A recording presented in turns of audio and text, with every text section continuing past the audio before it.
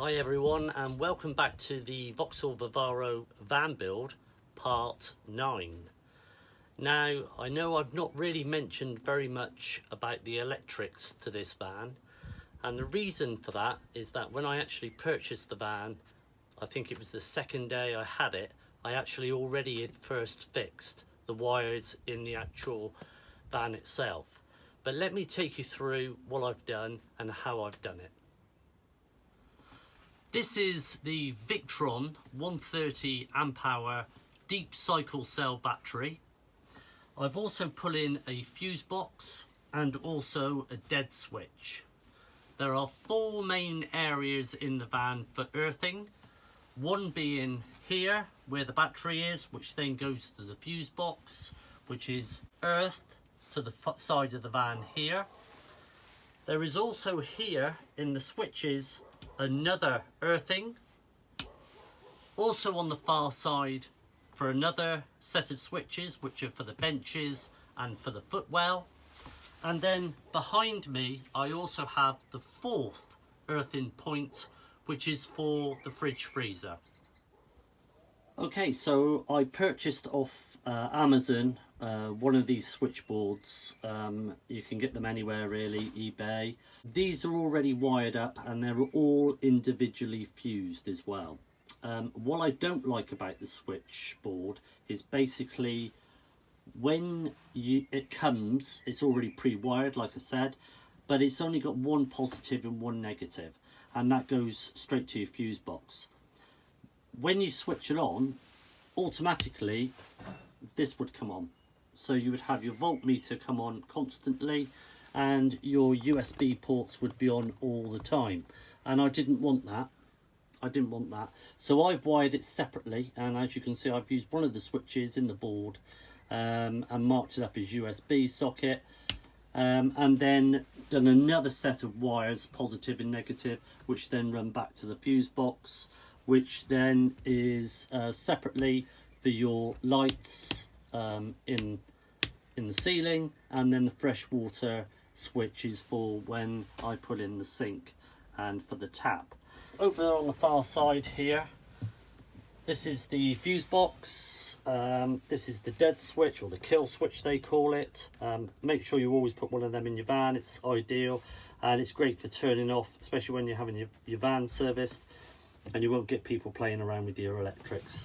So this is the Victron 130 AMG deep cycle cell battery. It's a bit of a heavy hitter, but I think it's necessary. I will also be getting a solar panel fitted, a 160 watt solar panel and charger. That's on order at the moment, and I'll take you through that at a later stage as well. That's the switches. The wires actually all run in the bodywork. They run along the bodywork and then up through the joists. Now you can see the spots. I've fitted the spots in today, and then they come down to the second switch over on the far side here, which I've sort of showed you earlier on with the benches and the footwell. This is not screwed in yet, and neither is the panel. I will fix that in. I had intentions today to fix this in, but I've not got round to it. So these work independently. So you've got your footwell lights there, and you've also got your bench light there as well. So that's all the wiring.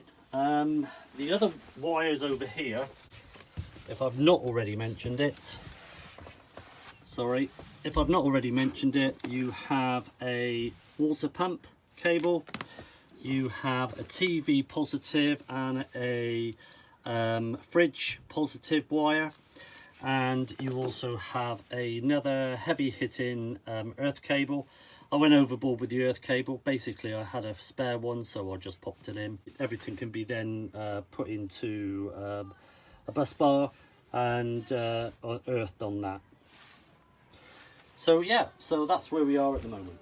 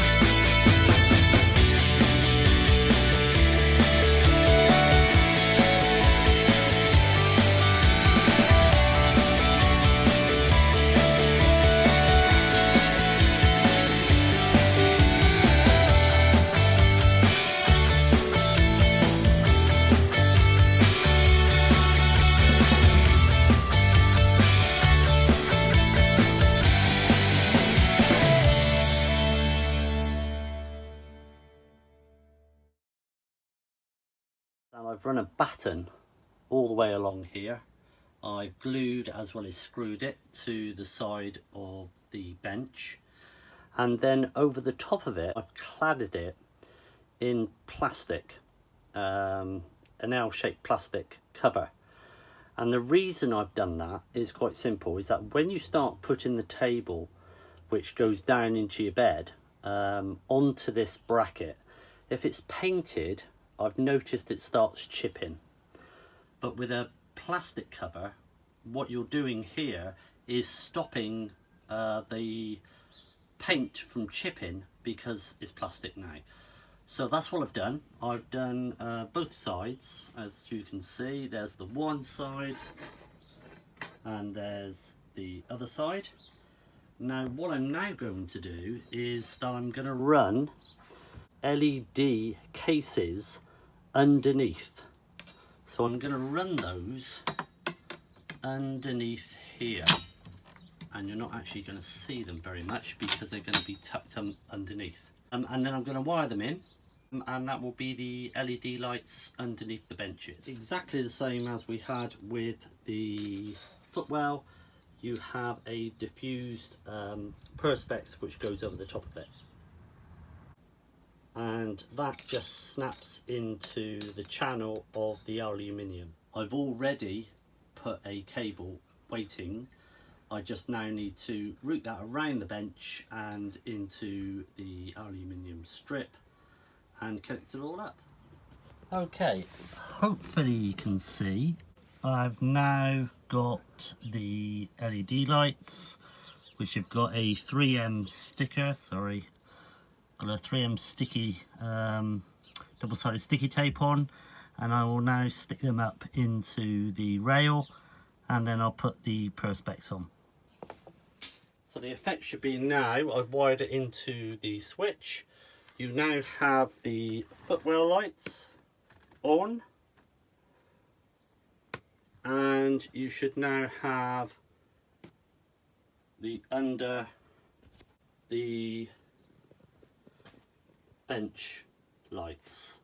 So you've got the under the bench lights on one switch here, and then you also have the footwell lights the side here. So I think that looks really good. Really pleased with that, really pleased. So that's the underlights underneath the benches completed today. And also all I need to do now is just actually connect this and drill and screw that in, which I need to do and fix it. And I think next time I will now do the table and the legs, the Sequoia legs. But let's see, because the way it's going at the moment on trying to get materials, they seem to be taking longer. But what I might do is that I might start the kitchen area, which will go here, but let's see where we are anyway. The bench is completed. Yeah, they look really good. Okay, cheers.